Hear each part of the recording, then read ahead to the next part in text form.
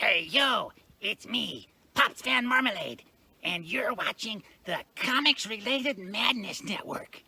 Huh? So come get some. CromCon. CromCon.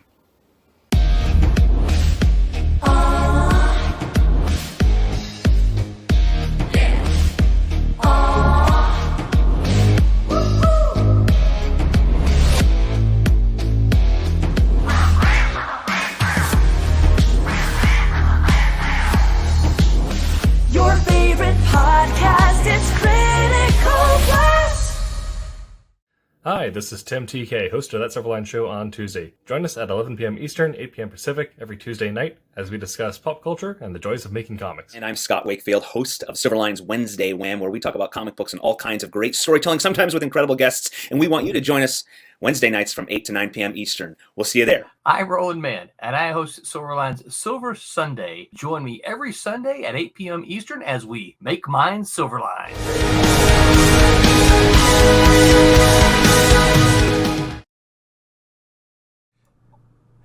Ladies and gentlemen, welcome to A Silverline Show on Tuesday. I am your host, Tim TK. And we are hosted by... We're hosted by me. It's been a long day. It's the first after 3-day weekend. I was in the office for like 30 minutes more than I needed to be. So I am joined, as always, by immediately to my compass north, Aaron Humphrey. Which technically really is compass north because I'm actually north of you. Exactly. Yes. Yeah, I'm the artist on with Silverline Fire Rush, upcoming Obsoletes, and I did a cool cover for our upcoming Kickstarter for Bear. And so I'm excited to see that come to fruition. Bay's the Silverline Red Label release of it. So how you know the Bear? That's Bar. Oh, Baya. Yeah. It's Baya. Okay. I'm only close to that because I grew up with Y'all are too far north of the Mason-Dixon to say that title. You know, I'm just closely related to it because we had a friend growing up whose nickname was Bear, but Behr. It was Burr. Burr. And we also have one Mr. Quentin Bedwell. Quentin Bedwell in the great state of Texas. I am currently working on the third book of Trumps and also some yet to be announced titles at Silverline. Also have a game on Game Crafter, Relic Quest, which is in open beta. You're welcome to get it. The game is done. It's solid. Just has, some things left to do with it. It's going to have some expansions and all that type of stuff. So that's it. All right. What are we talking about tonight, Mr. Tim? Well, first I will let people know where they can have recognized my name before. Wolf Hunter. Oh, yeah. It's a book.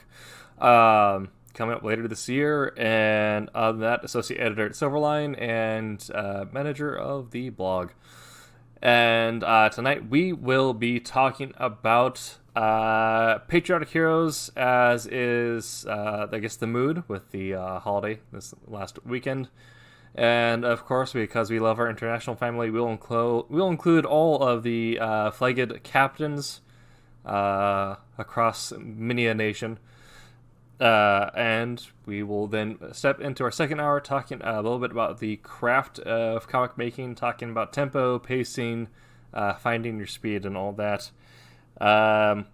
Before we get into any of that, however, we do need to pay some bills. And to do that, we can thank our sponsors at History Camp America, July 10th, which is 4 days from now. They're going to be hosting a online history camp where for free you can attend lectures given by historians on different subject matters, persons, locations, events. They also have a weekly newsletter called History List, where they talk about said historical subjects every week. as well as Daytona Beach Comic Convention. DaytonaBeachComicConvention.com. You can find tickets, dates, information on pricing, anything like that. This is going to be your go-to location for all things comics and collectibles in the Daytona Beach area. Alrighty. And if anyone needs to stretch their ears or buy some body jewelry, I have a 10% off coupon code for Urban Body Jewelers. It's not a sponsorship, I just have one. Don't ask me why I have that. Yes. So, like I said, we're going to be talking about our patriotic heroes. And, of course, we have the obvious one that comes to mind, not just with Silverline's ties to Marvel in the past, but also with the success of the MCU. One, Mr. Captain America. I guess 2 or 3 Mr. Captain America. Several Mr. Captain America. When you get into the deep comics, there's been a lot. We also have, for our friends across the seas, we have a Captain Britain, and to the north, an indie title, we have Captain Canuck. Yeah. Which has... That's a long time, hasn't it? It's been around for a while, yeah. Yeah. It's not something new. It's something that I used to see it on and off, but I think in Canada it was a pretty... It was a big time for a while, and then it just recently got resurrected again after Canadian publishing has been in a weird place for a while, but it got resurrected again. So, yeah. What's up, guys? Good to see and hear you. Good to see you, Mr. Tommy Flormonti, in the Facebook chat. Thank you for stopping in. Yeah, Mr. Tommy. Mr. Captain Kablam. Captain Kablam. Yes. So I always wondered why it was always captain. I mean, if you were thinking of like military ranks, like wouldn't it be like Admiral America? Admiral America. Well, I believe that 4-star General America. Yeah, I believe the idea comes from the fact that it's not. Yeah, there's exceptions to it, but the highest ranking officer rank that readily deploys on field operations is a captain. Okay. Yeah, so you have your lieutenants, which will handle platoons, and so that captains will lead brigades on field mission. But then generals will do like entire army decisions. But yeah. Interesting. Yeah, I just always wonder why it was like, captain. Yeah. I always curious how Captain. I mean, I guess I kind of understand a little bit about the shield, but it was such a. I mean, that sort of.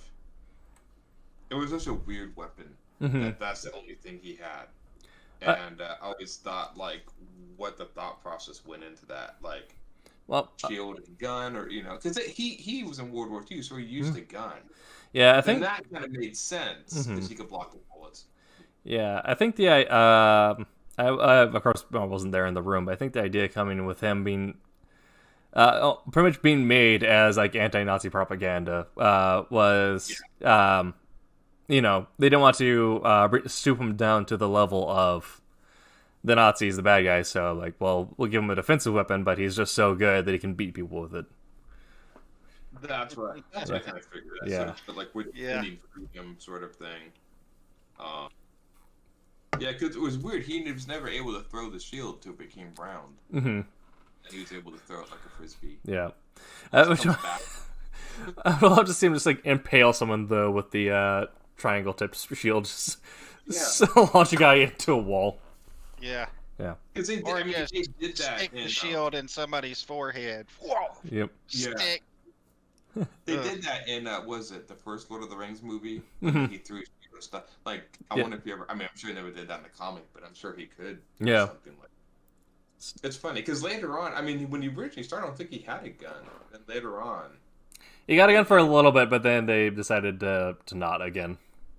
Just kind of give him the shield. Yeah. Yeah. Captain Britain, he was just supposed to be like a Superman type character, right? Kinda, yeah. He's strong, super endurable, and he can bound, but he can't fly. He also I think he wields Excalibur, or is that just a one-time arc? That would seem like but you would think that's something they would do eventually. yeah. But he also is part of the Captain Britain Corps, which is a weird thing they did, where the Captain Britons oversee the multiverse and keep all the dimensions in check by deploying Captain Britons to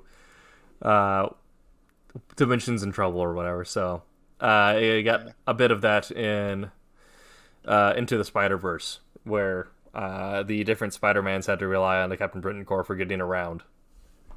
Yeah. That, and he couldn't sell a book. Yeah. Yeah. Sorry. Yeah. Sorry. His Silverone was not great, and then they put him in Excalibur, and then he started popping up after that. That seems to be the Marvel thing, though, is if someone's not selling, you just put them with the X-Men, and they start selling again. Yeah. Well, that used to be the thing with the Avengers, right? They would add somebody to the Avengers, get people to reading them, watching them on there, and then if they did pretty well, then they'd try to move them off to their own title. Yep. Yeah. Something like that. They did that a lot. I was always thought it was weird that the Beast was an Avenger for a while, but he started as an X-Men that went to an Avenger. And I wonder if that was just to make the X-Men a little more popular. Because, I mean, when the X-Men first came out, they didn't do well. Yeah. It was a flag, and not to take everything to Claremont. And then they basically told Claremont, like, do whatever you want. We don't care. But I was always weird that none of the... Well, I guess Wolverine was... Beast... Beast was in it for a long time. Beast almost made more sense as an Avenger for me than Wolverine, because Beast was always about coexistence and, prospering through advancement, whereas Wolverine is the, I don't care, let me stab him. Yeah. I never liked... Did you guys ever like when Spider-Man was part of the Avengers? I never... Hit or miss. I didn't read too much of that. I never actually saw it. I just, because I never bought Avengers, I didn't even... I mean, I would get, big event books with everybody, and the Avengers were in there, but I never bought, Avengers. I have a few copies, but... Yeah.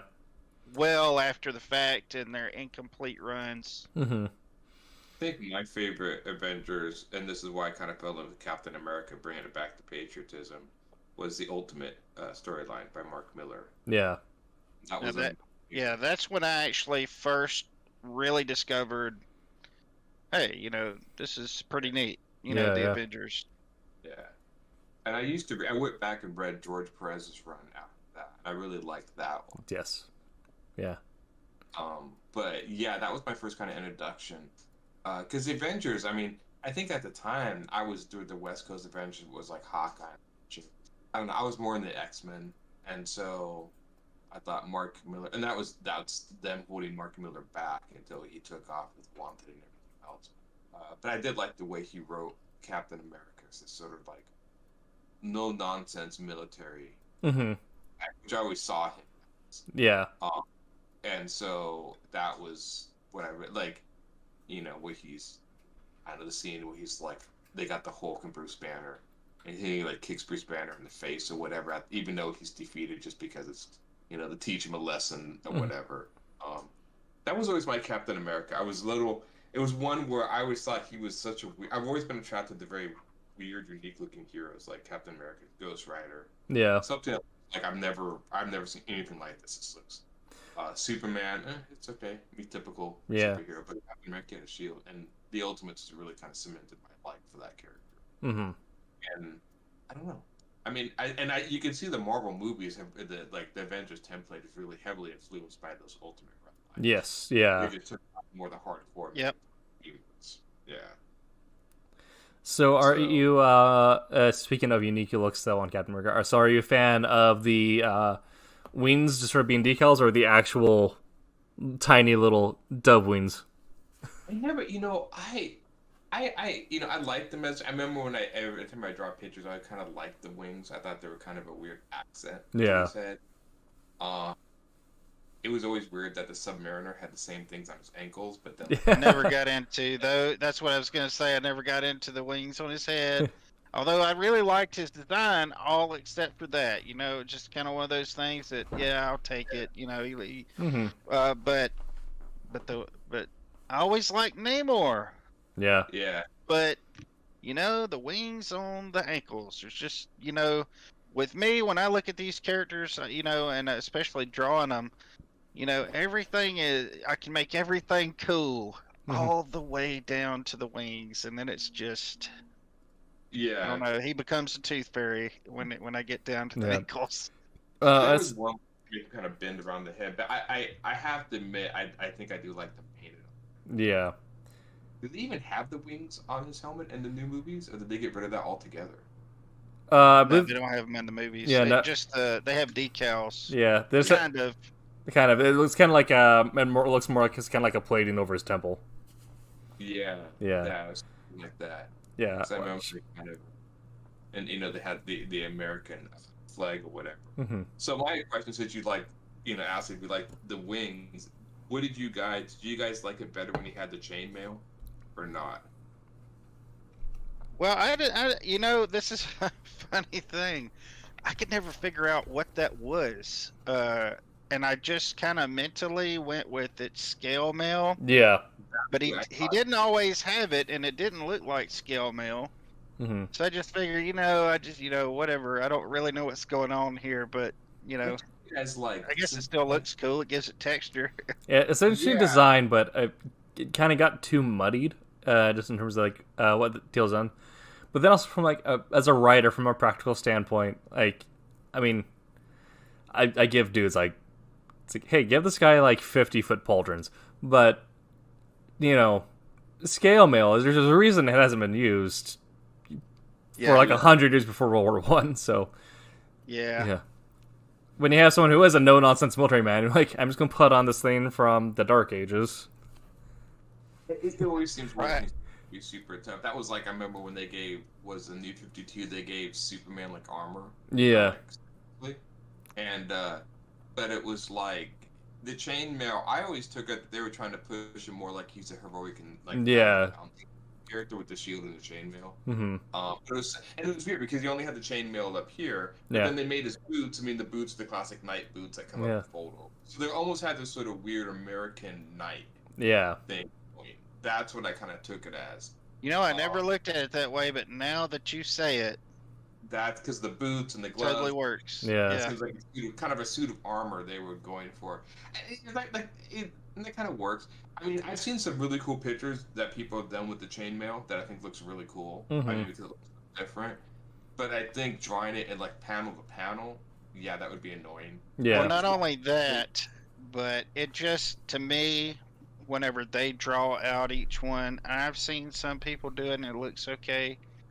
But when you get too much, it just, I don't know what it is, but for me, it's a little bit of overkill. Like, yeah, it takes away from it a little bit when they really completely go in and do every little scale in the Mhm. scale mail. Yeah. Yeah. Yeah. Well, it's one area because especially in this costume, you got this very busy area up here, Mm-hmm. and then it's not busy other places. So it's almost kind of this weird. Yeah. I can't remember who it is, but they not only do every scale in the scale mail, but they even have like a little bit of depth to every scale. Like you can see Sheesh. the edge of. I'm like, no way, man. Yeah. Nope. So yeah, it's funny, Captain. I was thinking today, Captain Britain had, the facsimile of the British flag on there. But Yes. do you remember a character in the Marvel Universe that basically had the Union Jack flag? Was he just called Union Jack? I think he was a villain. He I was think it supposed might to be. I think it might just be Union Jack. Now I'm thinking, because I remember as a character, he had this, like, sort of, like, mask. Yeah, encyclopedia. I think he's just called Union Jack. I think he was an assassin. Yeah. I'll probably just Google it faster than this, but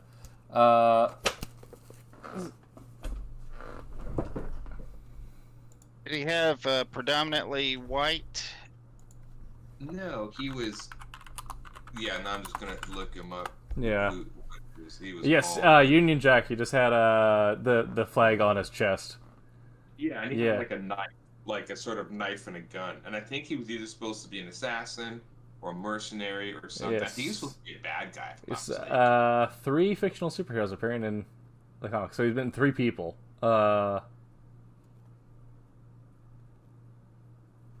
It's the main one is Joseph Chapman. He's your 616. Union Okay. Jack, yeah. I always thought that character was cool looking. I remember a few times they did in one of the I think it was the X-Men comic, and anybody watching this if I'm wrong, but there was a woman who was like a Captain Israel or something like that, and she had the Star of David on her chest and was like a white suit. I remember that was kind of cool. All right. So Union Jack actually worked with the Knights of the Pendragon and then Shield, so he's actually a hero. Okay, so he is a hero. I Yep. couldn't remember because Yes. I couldn't remember if he was like a mercenary for hire, kind of like a Deathstroke character. No, it looks Okay. like he was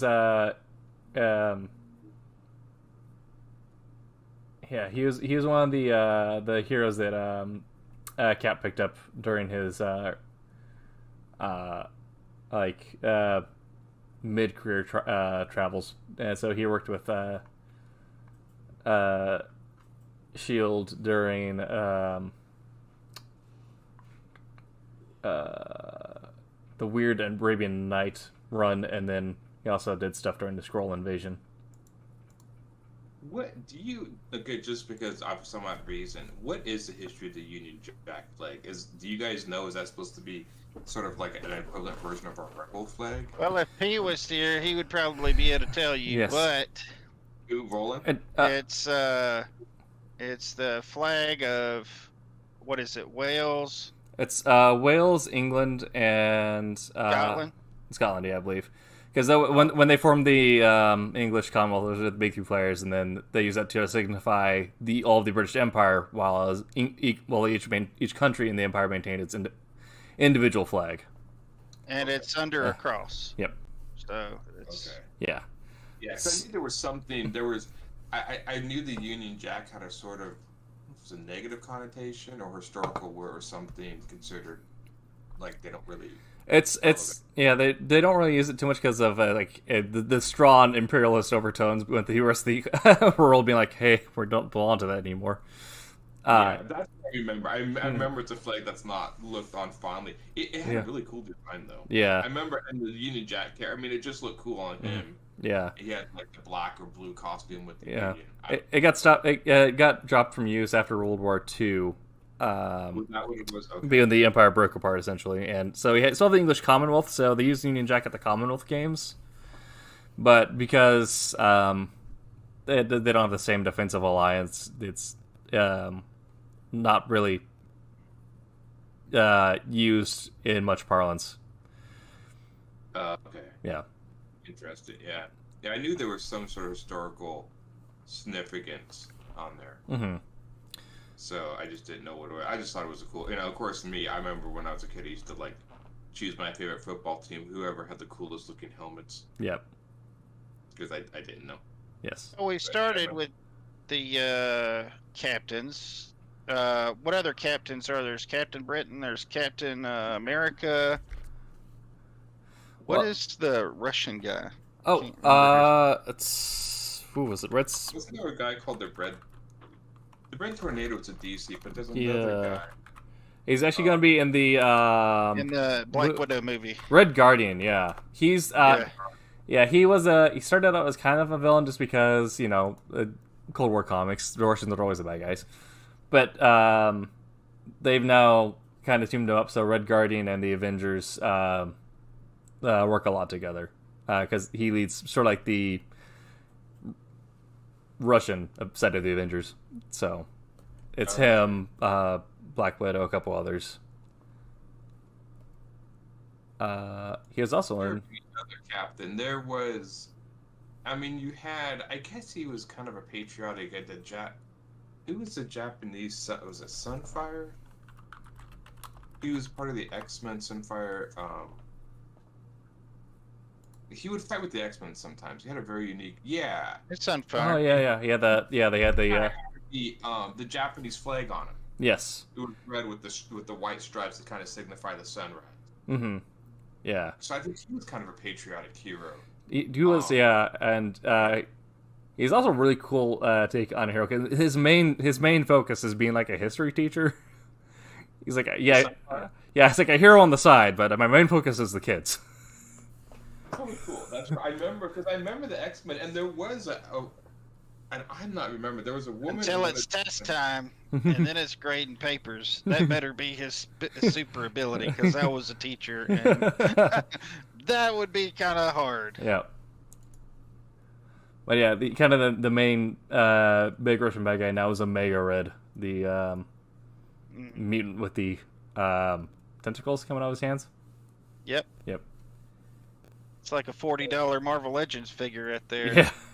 What am I saying? 40? It's 40 or 50. This was there was in one of the X-Men comics, there was this Israel superhero. She was a woman.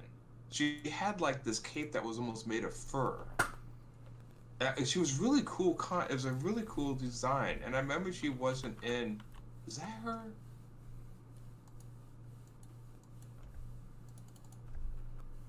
Sabra. That's what's her name. Sabra. She was an Israel superhero. And I don't know if it's patriotic, but I remember her. And they had a few variations where they would bring her back for certain comics. I always thought she was a cool. I don't know what her powers were, but if you look her up, Sabra. Yes, it's Sabra hummus, which is very big over here. Okay. Yeah. Well, I wonder who created her. Yeah, I don't know. Created. Remember, they kind of updated her a little bit. Sal Buscema and Bill Montlow. Huh. Yeah. Yeah. Yeah, there was some cool. Her costume was that was just white and blue, but she had like this. Star David on her chest. Yeah. David. Yeah.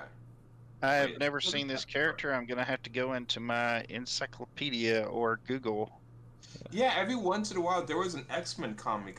No, it wasn't X-Men. It was I actually, besides the X-Men, the other superhero comic I read was the original New Warriors.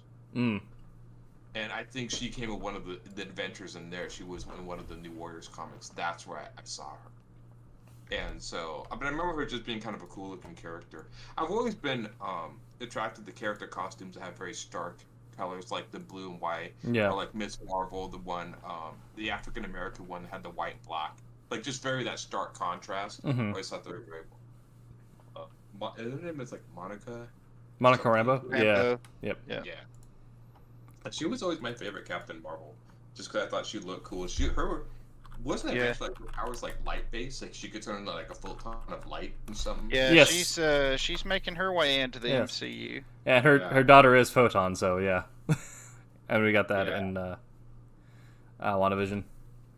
I think that's cool. I'm excited. I'd be excited to see what she looks in the movies. Yeah. Just if they put that costume at all, because I thought that was cool. Yeah.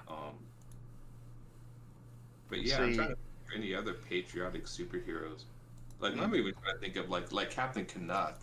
He's been around on and off for years. Yep. Eh? Captain Canuck, eh? Yeah. Yeah. His first appearance in 1975, and then it got resurrected back in 2014 for a little bit. Yeah. Yeah, you said he's coming back? He's been around. He came back for a little bit. So he did a run 1975 until a bit, and then 2004 he had another run, and 2014 he had another run. Wasn't there a Canadian hero like this in the Marvel with Alpha Flight that looked like this? And he looked like a captain. He had the same sort of color variations. Oh, I know what you're talking about. It's yes, it's It wasn't that, and he was called something else because that's what he reminds me of. Which I mean, it's just just Guardian. Yeah, he is. Yeah. So well, didn't they have Wolverine as being a Canadian at one time or something? I can't remember. he originally was part of Alpha Flight. Yeah, he's originally he's a Canadian immigrant. He was originally a part of Alpha Flight, and then he came down to the United States. I think that whole thing where Xavier helped him get his citizenship.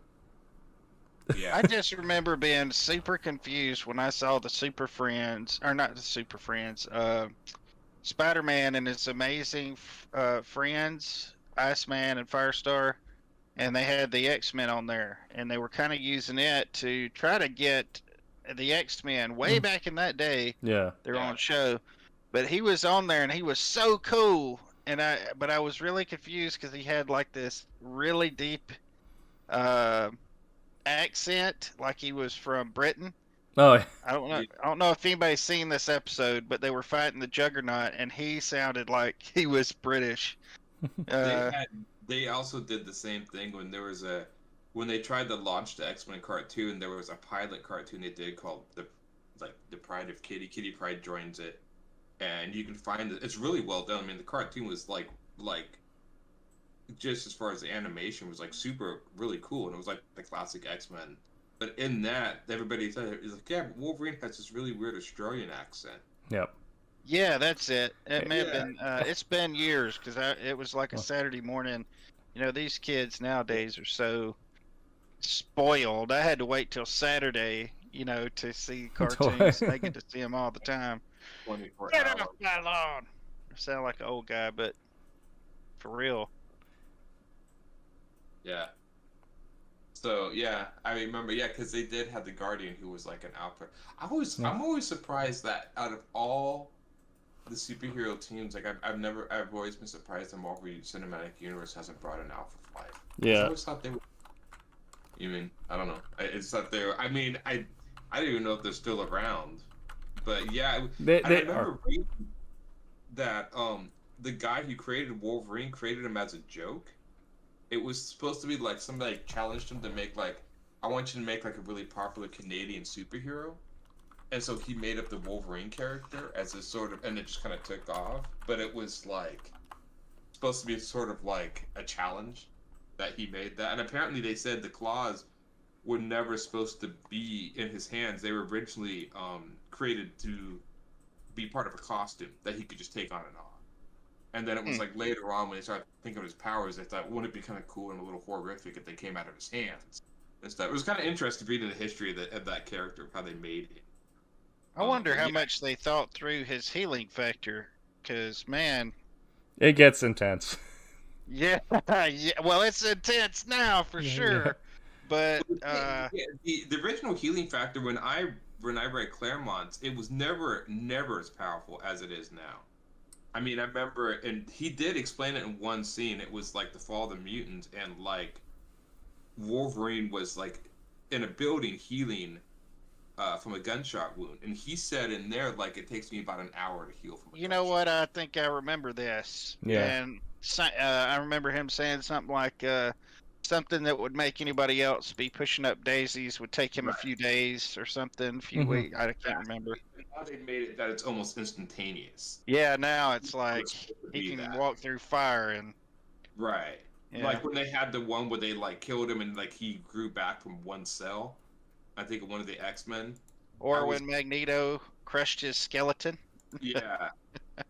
He was not supposed Good to be stuff. completely invulnerable. He just had the healing, factor, and it was He's supposed like- to be because it took time to heal, and that's why I thought, okay, so he has his limitations, but now they've made it that he's just pretty He's much. like, I'm tired of dealing with this.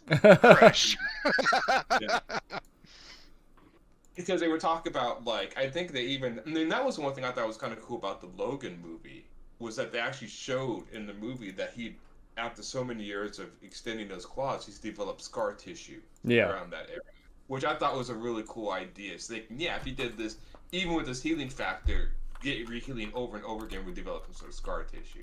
Yeah. I thought that was a cool idea. But yeah, he was that was a limitation, and I kind of like I did not like it when they were like, well, yeah, he's destroyed and he came back from one cell, and I'm like, no, that's stupid.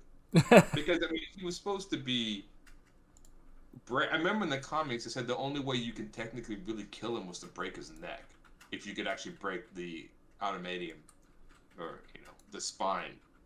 But that's the only way you can kill him. I remember them saying that too. Well, I think the only thing that could kill him is a long run of nobody buying his comic, and that's the only thing that's really gonna kill him. Yeah. Well, that's when they brought in fellow Oregonian Ben Piercy, and they made him. I think Comic Chronicles clocked him as being the new run of Wolverine was the best-selling comic for 3 months running. The newest, they did a new Wolverine comic. You mean? Yeah, they just didn't know they canned it for a while, and then they brought on Ben Piercy. He's the guy who saved Green Arrow, and they're like, yeah. He's also doing X-Force now. Well, not that I'm an aficionado or anything, but I can't really think of a game or an important publication, like besides the regular books, that he wasn't in, where there were other people. Like, I've got Marvel Ultimate Alliance from years ago, and he's all up through there. Yeah. I mean, they've got their all-stars, but, I mean, he's always in everything. Yep. It seems. And Yeah, they I really got... with the X-Men, I was one of those people that I remember when he brought out his own series. I never got into it. I just liked him with the X-Men team. I don't know why either, because he's a cool character. I think he works best with other people too, because you know, if you don't have that contrast, his gruff and grittiness upside of some upstanding, you know, cheerleaders, you know, that just want to do good and all that, you know, it's just not as effective, you know. He has to have other characters to bounce that out off of. Yep. Yeah, I think that's why he did so well with like the Scott Summers character. Yeah. That was the dynamic was him and Scott Summers, where Wolverine was, you know, I do what's best for me and my friends. Everyone else can kind of screw off. Where Scott is, you know, for the good of all mutants. And then they kind of flipped it where Scott took a more hardline stance, and Wolverine's like, "Hey man, hey bub, that's kind of a lot." Yeah. Yeah, you know, it's funny. There's a part of me like my favorite X-Men were Nightcrawler and Colossus. I mean, I liked Wolverine, but I think I was like some people. I was like, I'm kind of sick of seeing his face. Yeah, they had an interesting chemistry. Yeah, I think that, you know, it's funny. they weren't very patriotic. Yeah, but I remember there was a Captain Britain scene that I remember. I had this comic, this How to Make Comic book, old hardback. I think it was called like How to Make Comics. And he showed one panel of like Captain Britain walking in a door. He was supposed to visit somebody, tell them about somebody had died or whatever. I think it was Alan Davis who drew it. I'm not completely sure. But I remember the one thing that was really cool about that was like Captain Britain was supposed to be like 7 or 8 feet tall. And so he was this gargantuan guy. Yeah. That was like kind of like had to kneel down to get in the door. And I remember that after seeing that, I'm like, well, that made that character even more interesting. I'm not going to see if I can even find it, because it was kind of a famous panel. Yeah. And I just want to see if Alan Davis is the one who actually drew it, if I'm thinking. Yeah, he did a lot of... I always thought Captain Britain was kind of a cool looking character. Just visually. Yeah, it's I feel like they kind of they came into it with the advantage of having already done Captain America and redone his design so many times they knew what they're going for when they want. Yeah. I mean, also, if you give anyone a half mask, they're immediately cooler. Yeah, definitely. Oh, he had a character called Pendragon. Yeah, and there was. Yeah, then there's a whole like Knights of the Pendragon supergroup, which included Union Jack. Okay. Because I'm seeing on here they're showing Excalibur, which is where he really kind of popularity. Yep. That's what kind of launched him. And Nightcrawler. It was such a weird team, because I remember when that book came out, it was like mutants and then non-mutants. Yeah, it was a fun mix of your X-Men, your Arthurian legend, your just kind of general smart people, because they also had like a huge like research development team. How do we make swords but better? Yeah, I think it was Alan Davis that drew it. I'm not finding the exact panel, but I'm seeing tons of Alan Davis. Well, if it's from Excalibur, then it's probably Alan Davis, because he did like a fat chunk of that. Of every Excalibur run, Alan Davis always does a lot. I think he also did. I think it's somewhere in his contract that for each Excalibur run, he at least has to do 2 covers. Really? Didn't they bring Excalibur back? Yeah, it's they've had several runs with it, and it's come back again with the Powers of X relaunch for X-Men. I did like that. Yeah. So explain. Okay, so I missed something. Betsy Braddock is Captain Britain now. So Yes, because I think she split from Psylocke, so Psylocke was her own character. Yes. Like, how did that happen? I missed that. Yeah, so I think with I can't remember if her brother either died or had to go do more multiverse shenanigans. But so now with X of Swords coming up, I think they just thought it made more sense for her to already be an integrated mutant to be the one that wields Excalibur doing the whole mutants with sword storyline, as opposed to having to bring Captain Britain into what's supposed to be a mutant-centric story. Which makes sense, because I remember, like, when they first, introduced Betsy Braddock, like, one of her first costumes was like, this cloak and this, like, chainmail, like, this suit of armor. Yeah. They wanted to protect her on the battlefield. So, yeah, I thought, I like her costume in the, my friend loaned me a bunch of the House of X, or the Hickman run. Yeah. And I read some of it. And, so, again, some I liked, some I didn't. I'm Mr. I grew up with the Claremont. So, yeah. So sometimes I'm like, he did some cool things, and like there's some other. I was not a big fan that they made Maureen McTaggart a mutant. I just didn't like that. I don't know why. That was not my. I was just like, no, because they always had the human allies, and it's like she was one of the big ones. When they made her a mutant, I'm like, dude, you're killing me. They can at least have one just human ally. That whole story hinged on her being. I kind of liked it because up until that point, her existence was to kiss Xavier and then die. I felt like it gave her a little more agency. They could have done more with her. I mean, I like the fact that she was a scientist researching. Yeah. Was she supposed to be the mother of Legion? Wasn't have Legion with her? I believe that's theorized, but I don't know if we canonically know Legion's mom. Yeah. I'll have to do some digging on that. Tommy in the chat says, love the art, Quentin, looking good. Thank you.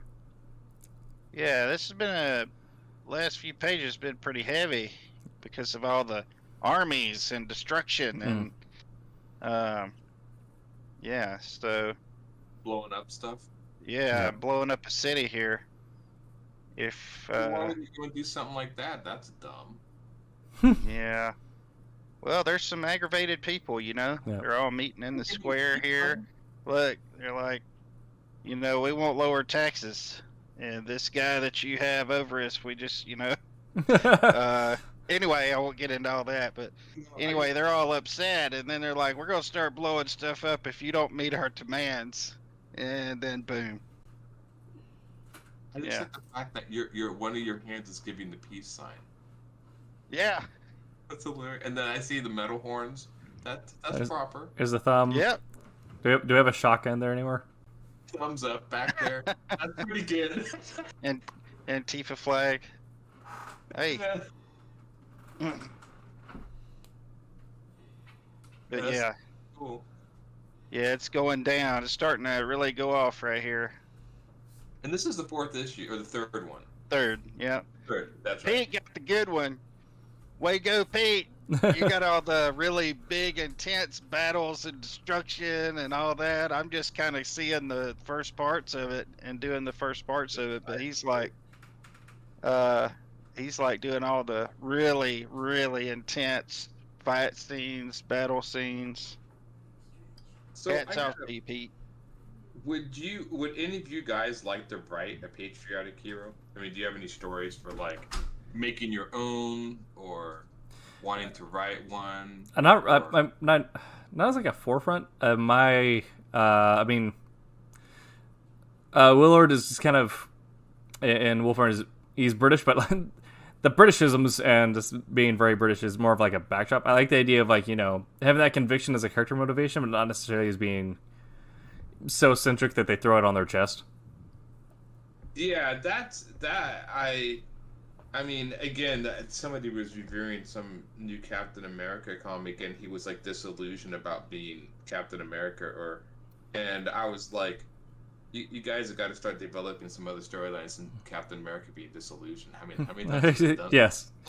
I mean, I think the storyline that probably did that the best would have been like Secret Empire, because it's literally Captain America versus Captain America. Yeah. Yeah. Who was the USA agent? And you know, I would think by now, out of his how many years, he would have worked this thing out by now.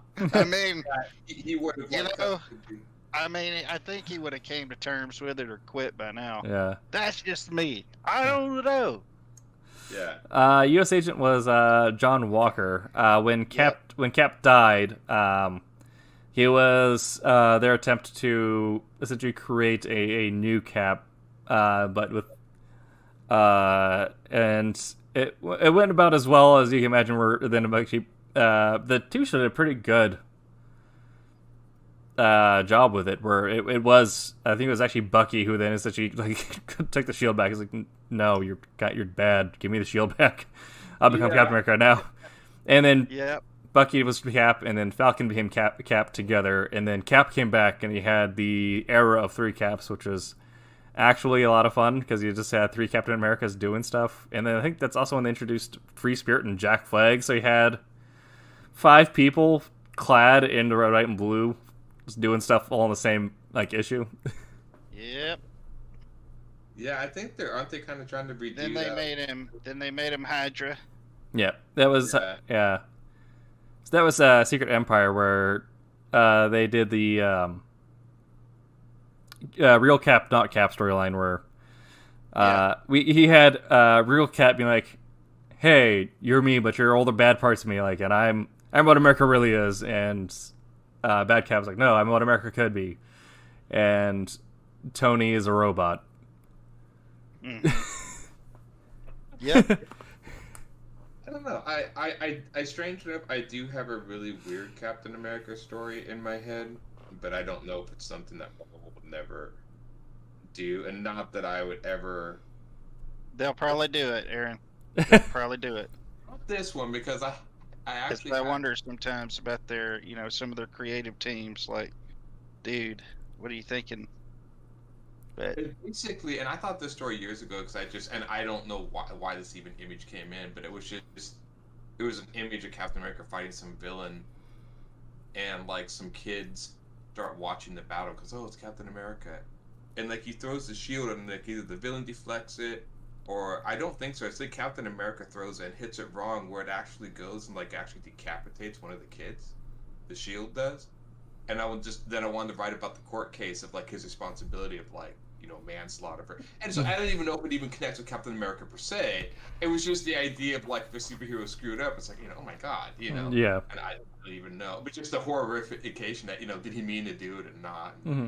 Well, didn't they kind of do something like that with the Parker Industries with where essentially they had some sort of like tech malpractice suit against Peter Parker, and like it's like. You have responsibilities both as a superhero as well as like the head of this big R&D firm. Yeah, because I remember he eventually became head of the Juggernaut as well, right? Yeah. Tried to hold him liable for all of his stuff that he did. Yep. Yeah. I don't know. It was a weird Captain. I don't know if I could really write like a super patriotic story, but I just kept thinking of that shield. I'm like, what if that shield got away and did something like that? Well, I like patriotic stories. There's a lot of room for them to do a lot of crazy stuff like they like to do, like very cynical stuff, and that's when I don't like it. Yeah. I like... You guys froze up on me, so I think I need to restart the Discord. Thank you, Discord.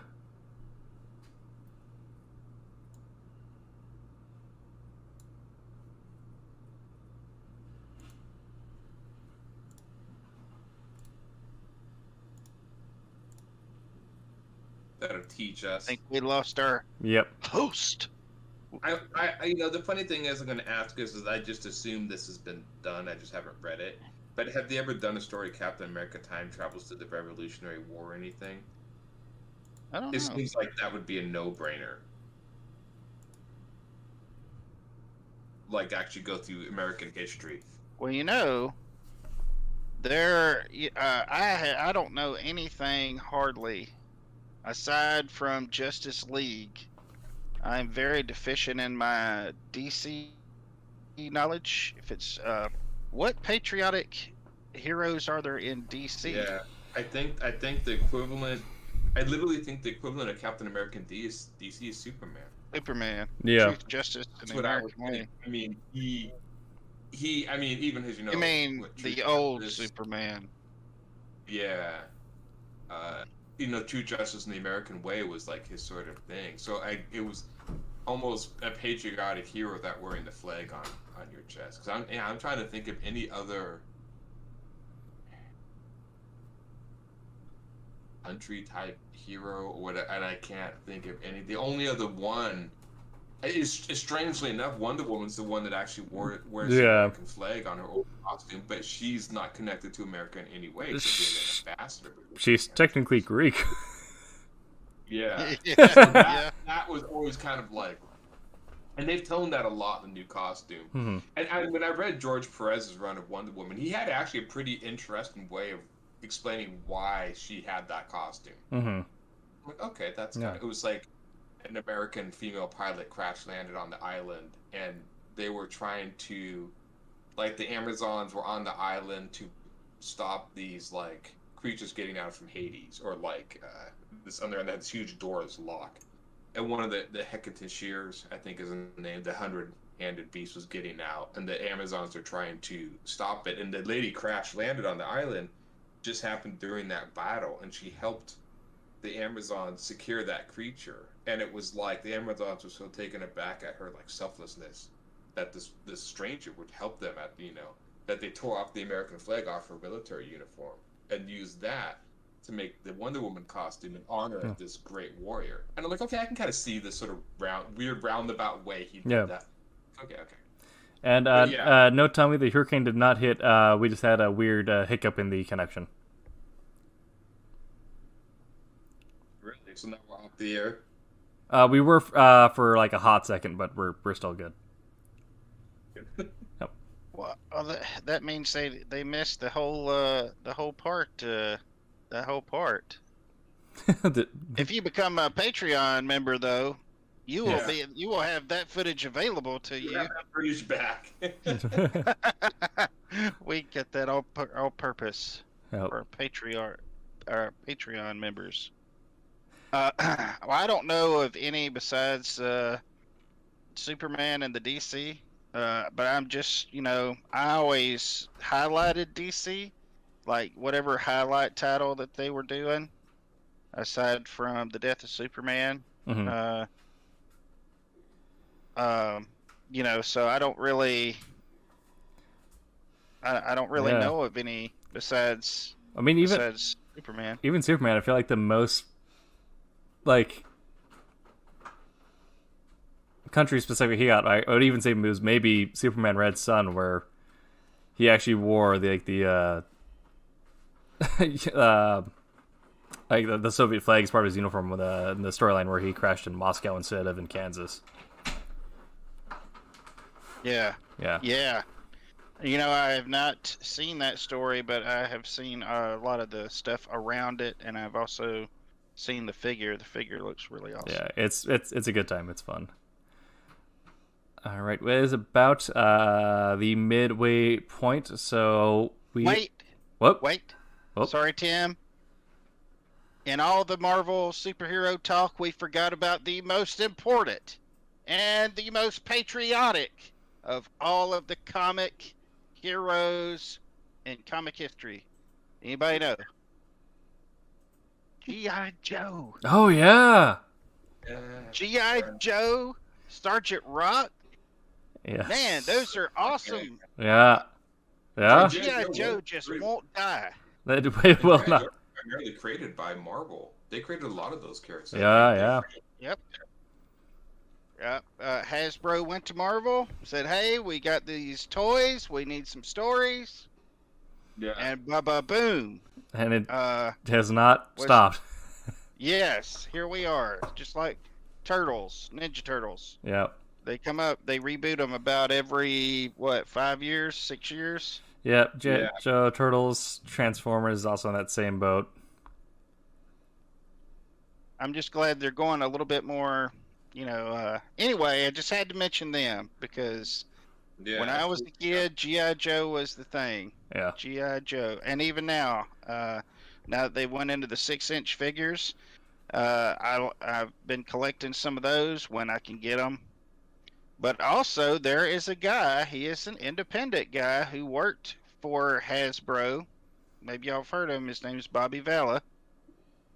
And while we were reading G.I. Joe over here, over in the UK, they were reading Action Force, which was G.I. Joe rebranded for overseas. Yes. And he was able to, because they had left the license, he was able to secure the license in America.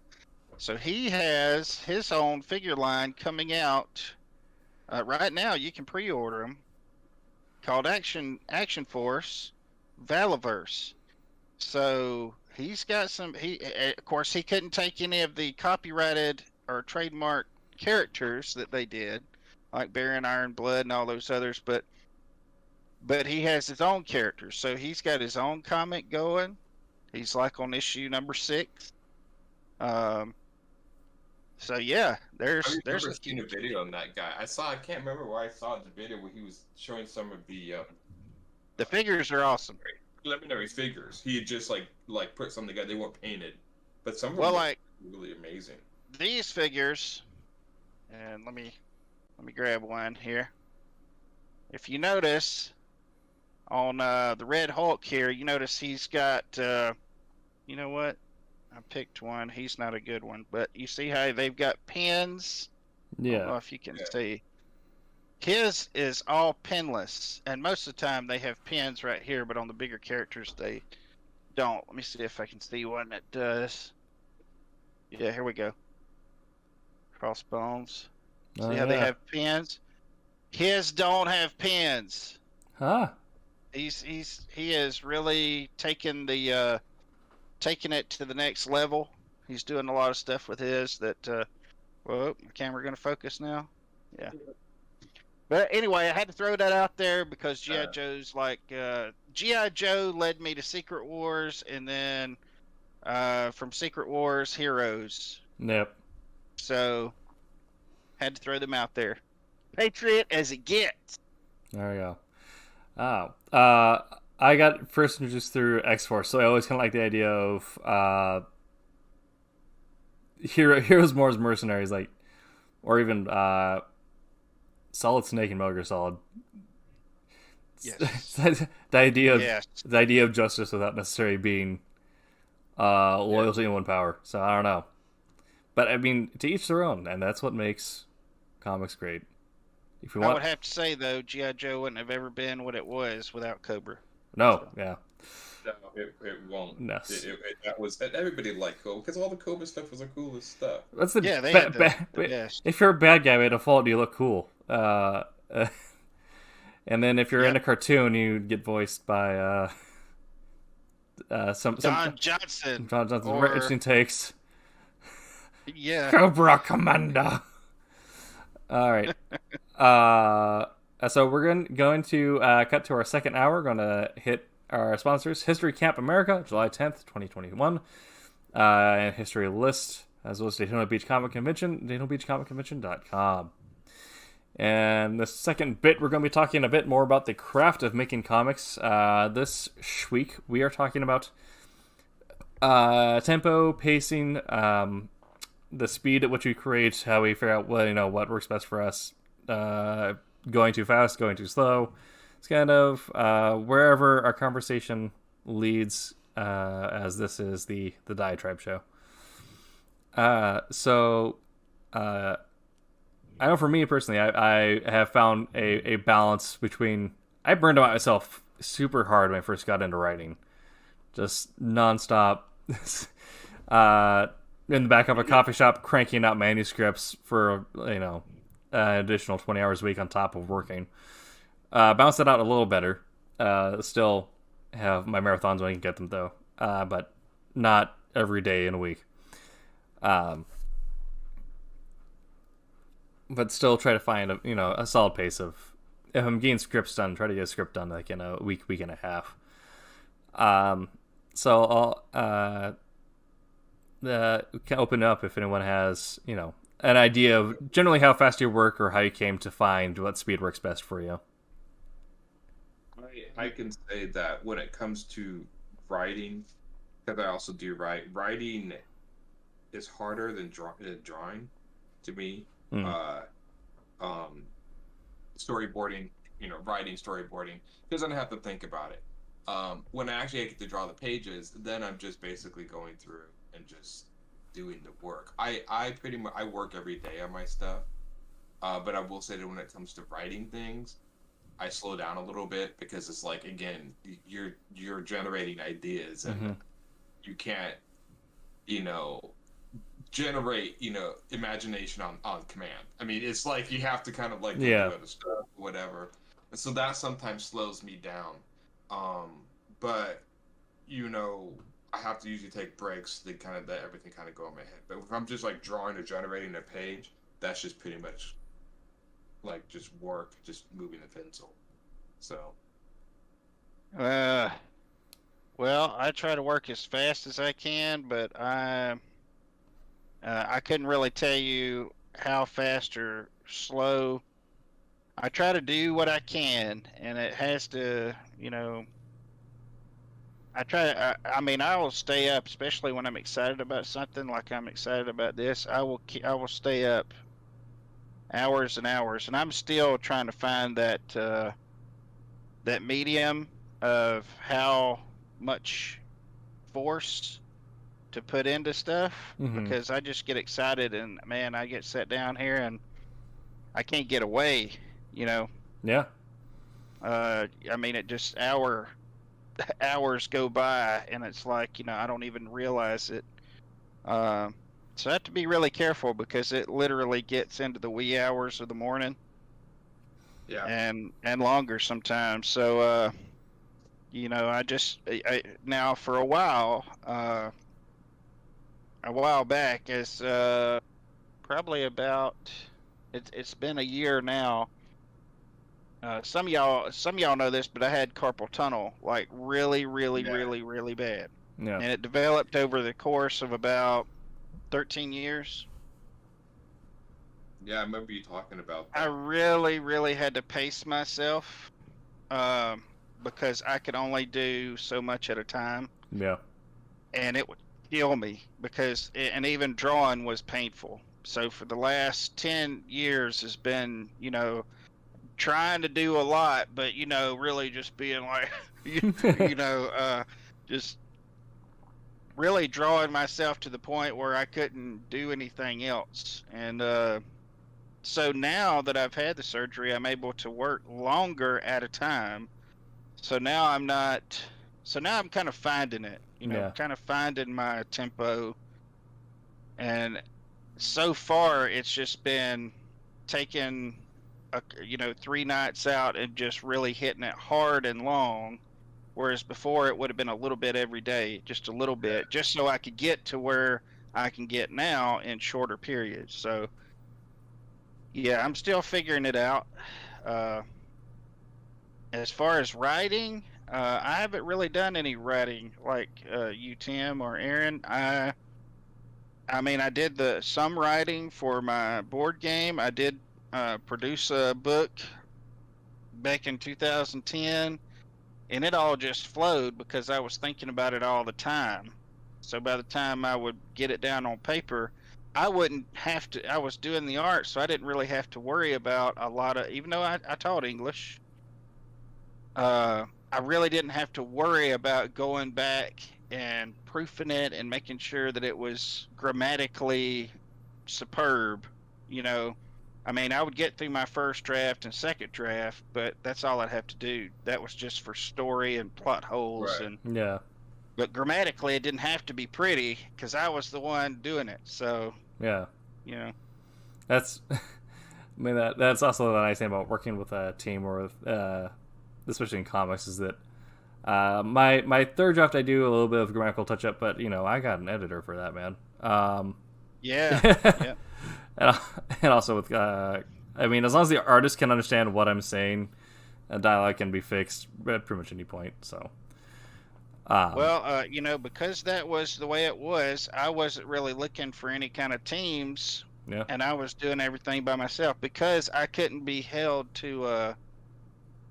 I couldn't be held to like a deadline. I couldn't be held because yeah, I just do the work when I can. So let me tell you, working with a team is so much better though because it improves everything because you have more eyes yeah, on everything, and feedback and Yeah. all that. So I definitely think, if you're doing something, you should have at least somebody in there, even if they have no talent, that if they can read, yeah. If someone if someone appreciates the style of story that you're telling, like they can tell you like, oh, I've read this before, or this isn't great, or I like this, or they might even one of the best bits of feedback I got from someone on and informed a lot of decisions going into the rest of Wolf Hunter was when they Alpha read the first issue. They're it's like, oh, this reminds me of a John le Carre novel. It's not like your typical spy action stuff. So back in, I read a bunch of John le Carre going into the second and third issues, and that helped inform a lot of the story decisions. Just grabbing that bit of intake, but having any sort of eyes on something, I think it does help with your tempo and your pacing, because you're excited to get whatever's next into the hands of your alpha reader or your editor. Yep. Yeah. And I had to say something else too. Sometimes it's better for you to have somebody who is not involved in it in a professional manner, because they represent your reading audience, a lot of them. And so, like my wife, whenever I show her my stuff, she has many talents, but one is not drawing or writing. I show her my stuff, and immediately, a little bit too busy. I can't really tell what's going on, Mm-hmm. she'll give me feedback, and I take her feedback as being somebody, regular Joe in a comic shop or whatever, looking at it and saying, it's a little, that's how I take her. So they don't have to be a professional. Yeah. You show them your stuff. So there's value to that. But there should be someone who's not afraid to tell you, hey, this is too busy, or hey, this doesn't work the way it should. Yeah, and my wife is not afraid to tell me. To show your comics have the non-comic readers a little bit, because if they can't see it, then Yeah. Yeah, and my thing is, usually, if she has to ask me, this is another thing that I look for whenever she's looking at something, or I show it to somebody and they're looking at something, they say, well, what is this right here? Right there, Yep. that's a red flag. They don't have to say anything, because they pointed something out. Depending on what their next words are, already, to me, it's a fail, because you pointed out, you noticed it took you out of what was going on. Mm-hmm. Right. So Yeah. So that right there is something that I need to make a note of. It's weird. And that I've done that. I've had weird experiences where I've had people read my stories multiple times, and people point out different things every time. Like, I'm like, can you see this? And like, somebody else may have a problem seeing something. Oh, I can totally see it fine. I can't see this. But somebody else will see that fine. And so I'm like, okay. I'm like gonna be running in circles if I do this. So it's kind of like I had the case. Like if somebody continuously repeats, I can't figure this out, and that's multiple times. Okay, yeah, that's a problem. Yeah. But yeah, I started changing when people say it, and then I'm like, okay, wait a minute, is it just you or yeah? Yeah. So. I feel like Yeah, man. We get to doing this stuff, and then you just get tunnel vision. Yeah. Yeah. And you know what's going on, and you know what's going to happen. You get tunnel vision, and it really helps to have that outside, person. I feel like a terrible alpha because I've trained my brain on so much Hideo Kojima that I look for stuff that isn't necessarily there. Like if it doesn't make sense, I assume that's intentional. Yeah. Yeah. But I do feel like, depending on the type of person, I know we already kind of talked about this, but if you're a person that has, shiny new syndrome, where you have to jump to the new thing, you kind of lose track of the edits, or if you're Aaron and you have the opposite of that, Yeah. they can either slow down or speed up your edits. I have shiny new syndrome for sure, so. I do to a great extent. I had to be careful what kind of stuff I take in, because if it's something I'm really going to find cool, it might take my inspiration. Yeah. And just So I try to combat that by doing a ton of pre-writing, so I have a slower start, but I feel like that speeds up my back end a whole lot more than I spend. Yeah, I used to be that way, and now I really try to. I try not to jump into too many new things, because then it'll distract you in what you're doing, and then of course, yeah,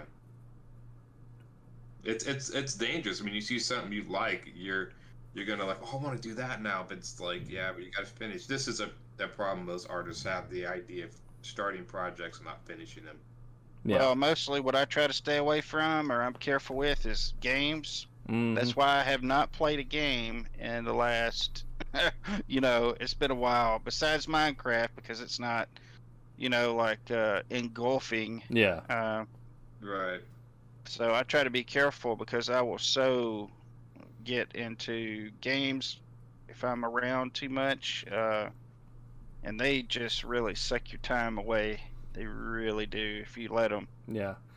I have to do a lot of really strong time management when I'm after a manuscript or a pitch has been picked up. If I'm now dedicating to finishing that run, I have to become a recluse for a little bit, so I don't pick up anything new or get sucked in the most recent Souls game or Paradox Shadow or something like that. Yeah. Well, see, my issue with games is I am a gamer, but I'm not one of those gamers that plays like a lot of different games. Mm-hmm. I'm the kind that I will try games, and I have a rule to give every game at least an hour. Yeah. Because it's just a waste if I don't. I could be missing something, because I have played games that I literally hated. The first 30 minutes and even 45 minutes, but then on the hour mark, it was like, wow, this is actually pretty cool. Like Dark Souls, when I first played Dark Souls. And I so got into that game hard, and I was playing it every chance I could get. Every chance. That's how I am. I don't buy a lot of games. I try a lot of games until I find that one that's going to take over my life and have everybody... Where's he at? He's playing Dark Souls. Yeah. Yeah. It's funny. I've actually. He's on New Game Plus for the third time. I've actually developed a way to play games and draw at the same time. And You are good, sir. What I would basically do is there's so many load screens, or if there's a cutscene, I would just draw during the cutscene of the load screen.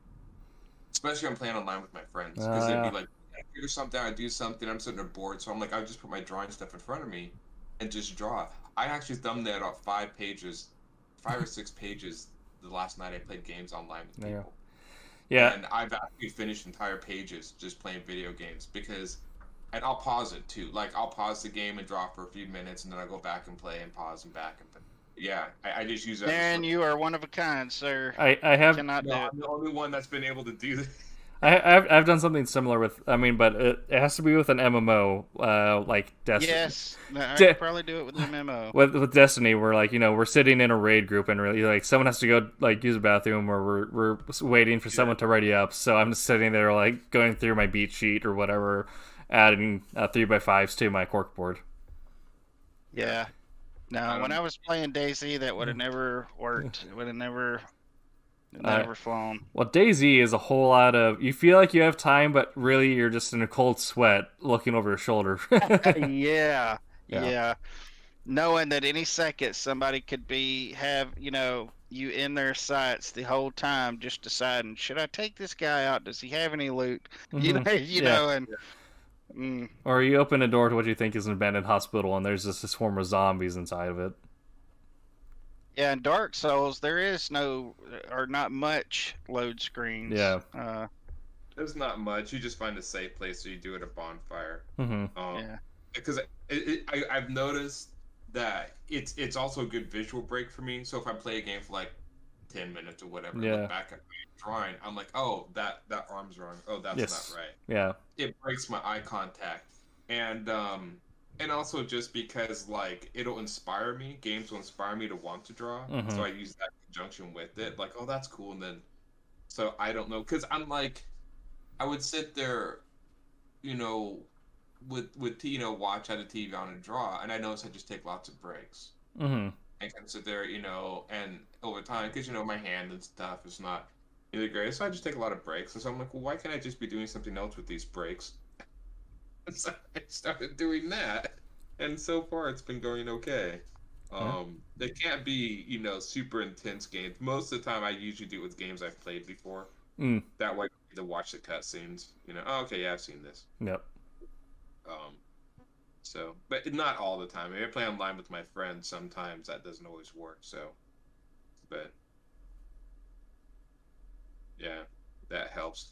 I'm one of those people, like, I don't mind TV, but I just don't find a lot of stuff on television that interests me. Yeah, like the shows that really catch my attention are few and far between. Yeah, so a lot of the times I'm like, what do I do? Because I don't know, maybe it's just me, but when you're drawing, you kind of have like, not when I'm writing, I have to have silence, but when I'm drawing, I usually like to have something to distract me, and so I used to watch. I still do watch like old sitcoms all the time, like Cheers, and like Family Ties, and like news radio, just because I don't need to watch them. Star Trek: Next Generation, Star Trek's great for that. Yeah. You don't need to watch Star Trek; you just need to listen to it. Yeah, you know what's going on. So. Oh, I think Quentin is talking, but we're not getting audio. Can you hear me now? Yes. Yes, I can watch stuff like YouTube and certain stuff. Yeah. Like I've told y'all in the past, NCIS. I've watched that. That doesn't bother me, but I can't like turn on a full-length movie. Yeah. Nothing that's gonna draw my my gaze. I watch a lot of dramas because of that. Anything that has action in it, like Marvel movies or action movies, especially if I've seen it, it's okay. But if I haven't seen it, I'm missing half the movie because I'm not watching it. So dramas are great. This is why sitcoms are great, or like, hour-long dramas or stuff that I can just listen to. Yeah, not stuff that is new. Like I can't watch stuff that's new. Yeah. Like Mandalorian or something. I couldn't watch that and draw. I just couldn't do it. Yeah. That's why I haven't actually watched the second season of The Mandalorian. Not because I'm not wanting to do it, just because I just get caught up in my work or whatever and forget. You have to watch that show. Yeah. So there's a few shows that I know that, and there's been some other shows that I have to actually set aside time to watch. So. Yeah, if I'm doing like a writing marathon, I'll try to schedule breaks in, because it does like come back with fresh eyes, and also breaks up the monotony. So I'm not writing the same sentence over and over again. But I'll put on a lot of like 8-minute YouTube clips, like Simple History or today. Yep. Today I found out are good ones. It's kind of weird, because then also I try to pull on like real world inspiration for a lot of different elements of different stories. I mean, obviously I'm writing historical fiction now, but even for like my higher concept stuff, like my Roman space god thing, I pulled a lot on different events or philosophies, and try to make their analogs in this weird sci-fantasy setting. Yeah, documentaries do me a lot of good too. I like documentaries. Yeah, because it's mostly just interviews with people. Yeah. All right. I get on kicks too. Go from history stuff to actual crime Mm-hmm. stuff. Those are the times usually when I start getting a little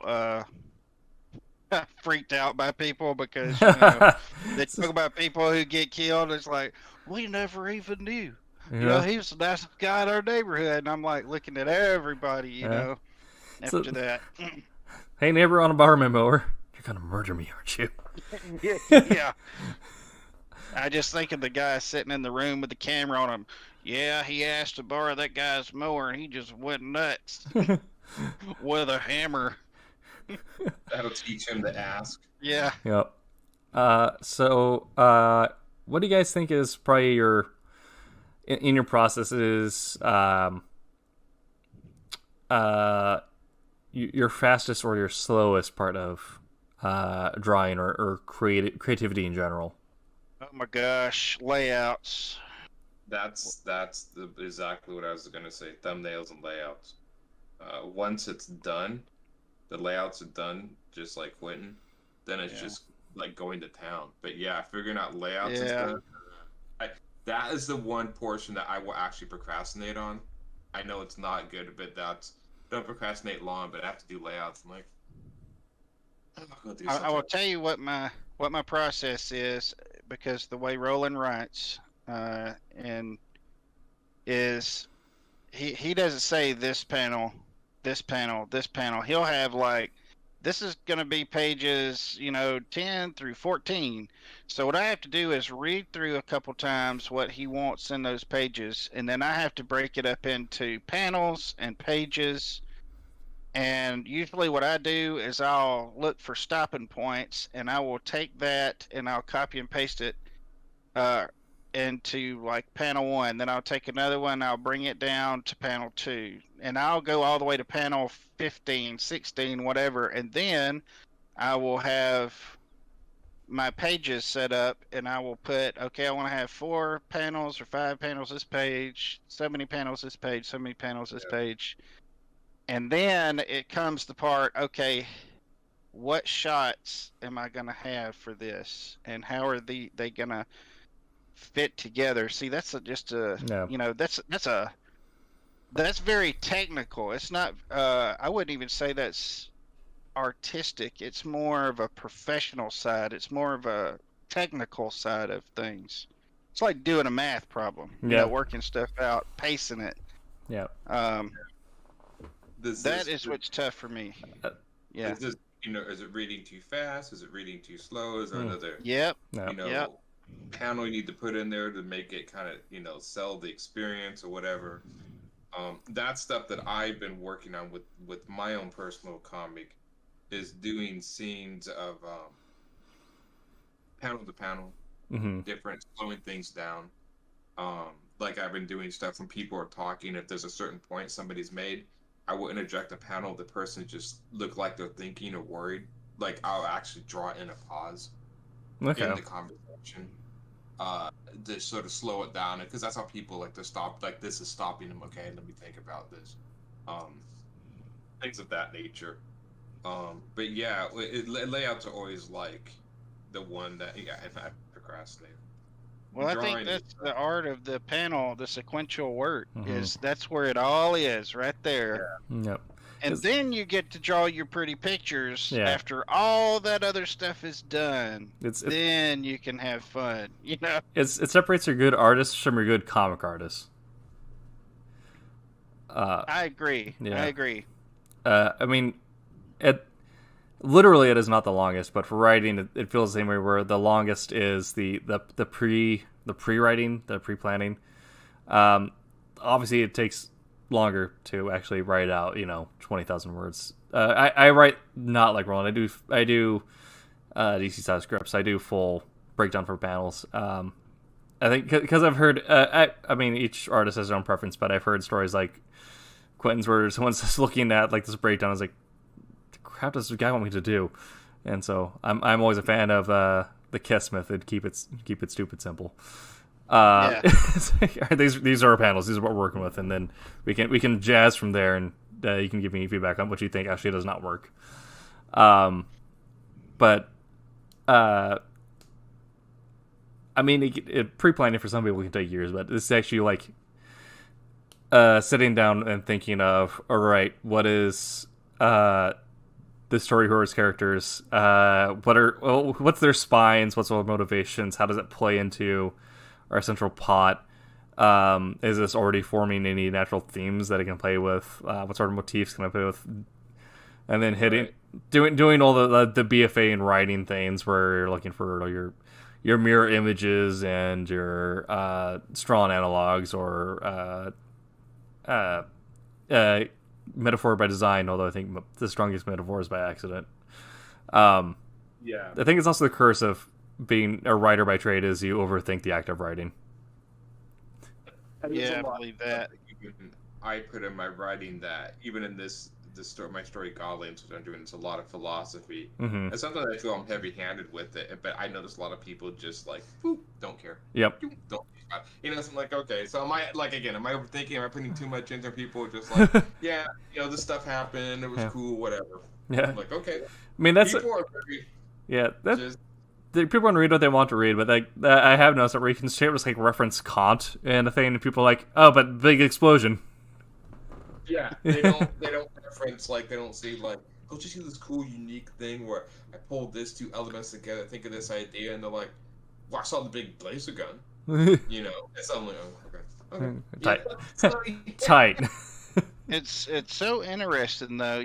When I was younger, I would get comics and I would copy.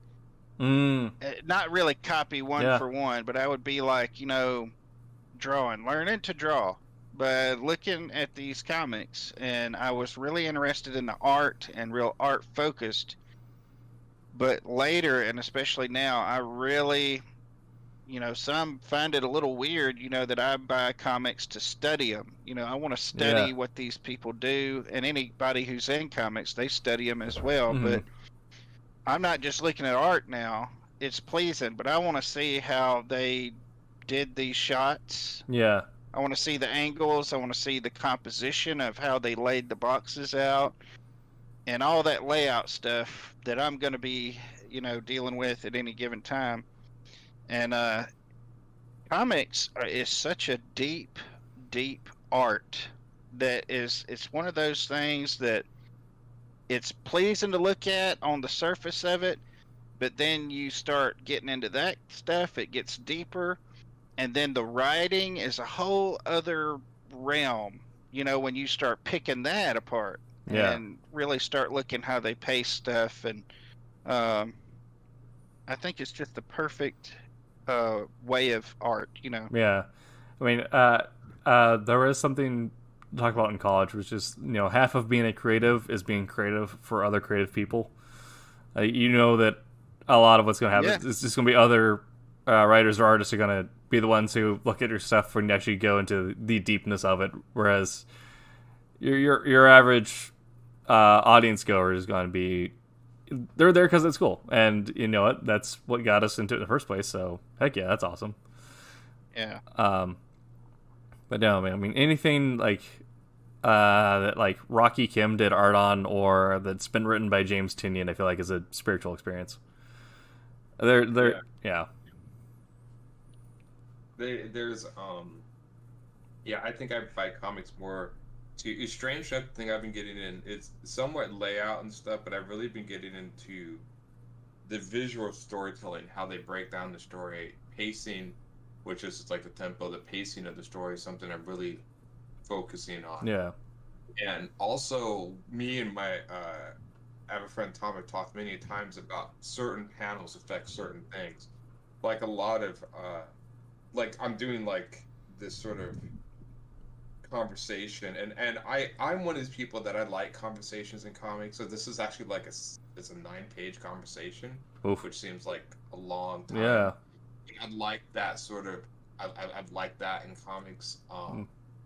And so I thought, when I was laying it out, I was like, well, should I do these really extreme angles and stuff? And we've talked many times. It's like, well, no, the extreme angles usually instigate sort of an argument or force. So I try everything at like eye level, and I started noticing a lot of the comics like Bone did that. that. Yeah. They would do just entire conversations all at eye level. And I started noticing that what was working was like it took your mind off the art, put your mind back in the story because it was just simple enough and straightforward enough. Weren't really worried about it, and so you would focus on the storytelling itself. And that's what I've been getting more focused into is how these people tell the story, almost a little bit with like the simplest lines. I've noticed over the years, to me, simpler sometimes can be almost better. In a way, like, that sort of, like you said, just keep it simple and stuff. But I'm really trying to play with that, where I'm just like, sometimes like, well, don't you want to do the cool pose or whatever? And I'm always like, yeah, but if it takes you out of the story, then to me, I would be no. But then I don't really draw a lot of superhero stuff anyway, so that could be also one of my things. But yeah, I've noticed that, and I've also really read a lot of independent comics to see all the experimentation people do, especially with art. I've seen people do entire comics with like fine arts, like watercolor paintings, really different mediums that I've never seen before. That I'm like, oh, this is really cool. So, I think it's interesting the product of comics as well, just because you've got someone is in the art of writing, and then their stuff goes to an artist, and the artist depicts what the writer wrote, and then of course, then they come in and put the letters and all that stuff, the story, and I think it's really interesting how that all meshes together in the end, and the artist can enjoy it like it's something new, and the writer can enjoy it like it's something new, because it is something they both really created, right? In a sense, Yeah. So whenever I do my own stuff, it's all me. So I've already looked at it and pored over it 1,000 times. But when you get a group of people together and you see the colorists do their thing, you're like, wow, this is like seeing my art again, but for the first time. Yeah. Or when they inked it, or when they, Yeah. put the story to it, the bubbles. Well, that's like being like doing a script first, where seeing what AJ does in the pencils and then seeing what John does on the inks, and each time it blows my mind because it's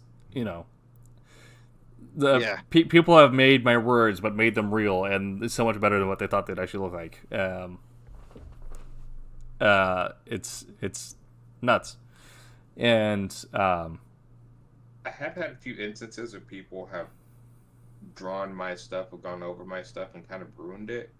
So there's always that back. There was where this one guy painted this relatively detailed picture. I had some like these robots, and he just did like a typical painting where he painted it all really black and focused on this one area. I'm like, yeah, but that detail is there for a reason. Like, I didn't spend all those hours doing that. You just covered up. It's like, look at this. Like, I understand the idea of a focal point. But it's like, give me a break, dude. I'm one of those people, like, when it comes to focal points, because I know I've had, trouble with that. I don't like that cheat. They do this a lot where everything's dark and then they make one bright area to draw your eye. Right. A flashlight. I mean, come on, you can do better than that. They don't do any sort of natural highlighting or even like. Yeah. I mean, a strong understanding of like the rule of thirds. I feel like good comic panels also make good use of the rule of thirds. Yeah. And that naturally kind of, especially also if you bring it together, the letter is also going to help bring the eye across where it needs to, without having to take away from any other, aspect of the art in the panel. If they can do a natural flow with the panels. Yeah, definitely. I think that's kind of the one thing.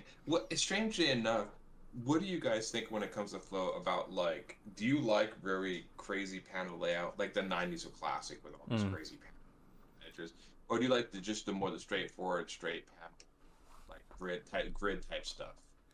I think each has its place. I almost see like more grid type stuff fitting in more traditional, like, or not traditional, but like toned down stories or more slice of life stories where it's Yeah. a lot of more emphasis on the characters themselves, and then you might do something unexpected every now and then to really draw emphasis to a moment. But as a whole, I do a lot of weird, almost psychedelic. I read a lot of weird psychedelic type stuff, or you know, heroes, and I feel like with those, the more the experimental layouts, I feel like really can benefit it, where either you're allowing the action to help inform the technicals around it, so it feels like it's one cohesive moment. It's not moments dictated by the panel layout, or when you're doing really psychedelic, it's you create the perception of reality and how it's supposed to be perceived or fragmented or analyzed. So, And I can see that working, especially what you're trying to get across. I can definitely see that. Have you guys ever read the comic called Electra Lives Again? I don't think I have. I'm pretty sure I had an ex-girlfriend who did. Dude, it's they did Lynn Varley and Frank Miller after Frank Miller did his Daredevil run, he did this sort of hardback book called Electra Lives Again. And I just, for some odd reason, I've had it for years, and then I took it out and looking at it. And that's when he started doing a lot of really experimentation in panel. Like he would do these sort of, some pages was like these panels on the top, and then bottom of the page is just white. Yeah. Like he would do everything the top and the bottom. He would play with like getting certain emotions and stuff. Different weird layouts like that, which kind of what you're talking about. He's using the panels to create a mood. Yeah. I'm like, that's kind of interesting. Yeah. Oh, do you guys think? Yeah, I think that's some next level stuff right there. Because sometimes you can get to doing that, and it gets confusing for the layman. And to be able to do that well, my hat's off to you, because sometimes people do it and they don't really do it well. Yeah. Yeah. So I say if you can do it well, do it. It's very interesting. I like to see it, but Yeah. Do you guys think that when you're working on a project, do you think that you can get through it? Do you think do you find it either quicker or I guess even just more enjoyable to not necessarily breeze through, but work through more traditional layouts or more traditional designs that you probably have more experience with, or do you find that you can attack something a bit more eagerly if it's something new and exciting that you haven't done before? It's, I would say like it's the inspiration. Stuff I do for people, I try to stick with it. My own stuff, I've been experimenting a little bit with negative space in this, but I've learned that I don't experiment with that stuff unless it is telling the story. Yeah. Like a lot of people would do that stuff just because it looks cool, and I'm like, yeah, but then if you do it enough, just because you think it looks cool, then when you actually do it to invoke something, sometimes it can be lost because it's overdone. Exactly. So it should be something that I think should be drawn out when it needs to impact the story. But most of the time, I just kind of stick with that. I default back to the panel.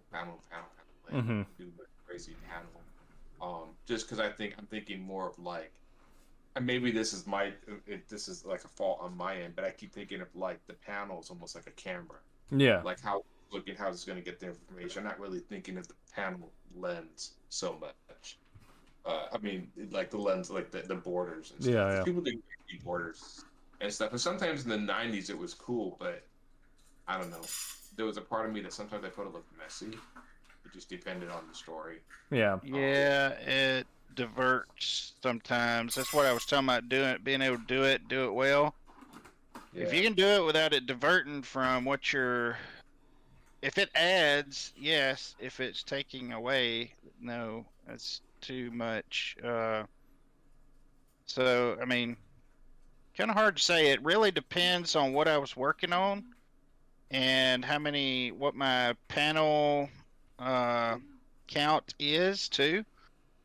Because a lot of these really good pages that have all these cascading panels and all this stuff, you'll notice there's only 2 or 3 panels. And like even a lot of the great ones too, this is one way that they like shirk being able having to do certain things on a page, like really zooming through a page is doing all this stuff. So, and they only have to do like three panels on the page, and then the rest of the page is like empty. It's black, or it's got some whatchamajiggers and whatchamacallits in the background and stuff. I think it's what I'm dealing with here is Roland's writing, and it has to have the panels that it's got.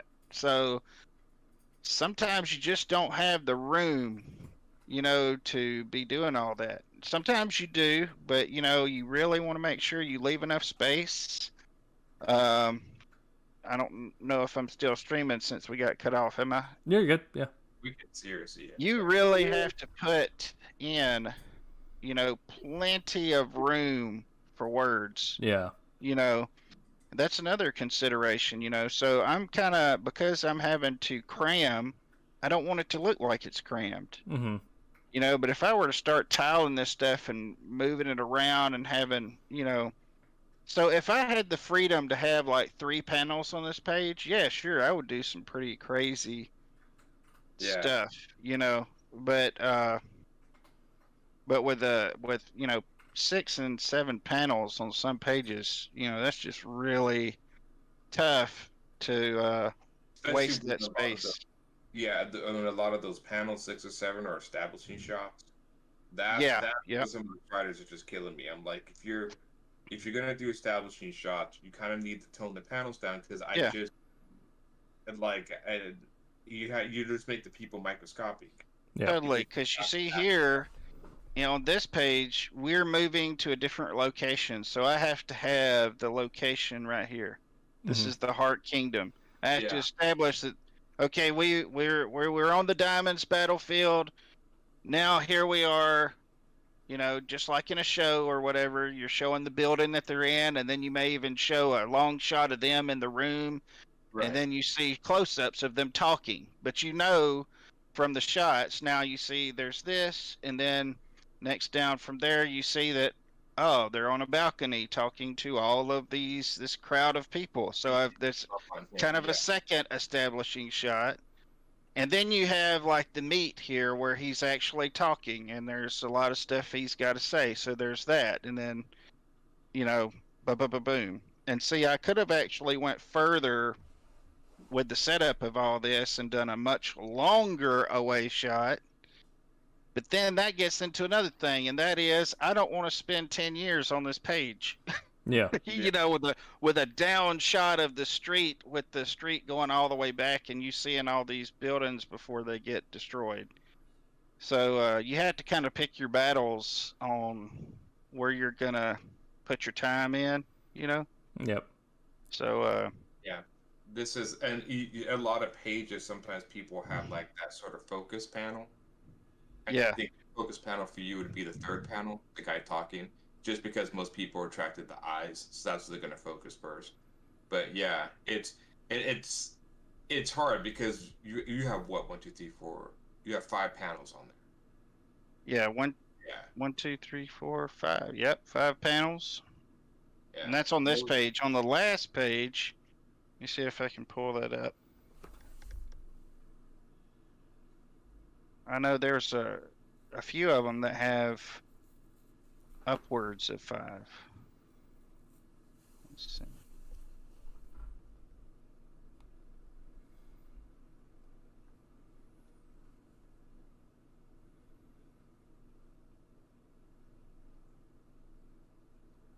Okay, so there's this one. I see I did a little bit of crazy stuff here. Yeah. But, it takes a little time to figure it out. And again, you really have to be careful how you do this stuff. Let's see. Here's one. Yeah. But he's the focal. He's the anchor image of the page. Yeah. Yeah. And you're breaking the panel in a way that tells the story. It isn't just 2. 1, 2, 3, 4, 5, 6, 7 panels there. Right. A lot of dialogue, a lot of talking.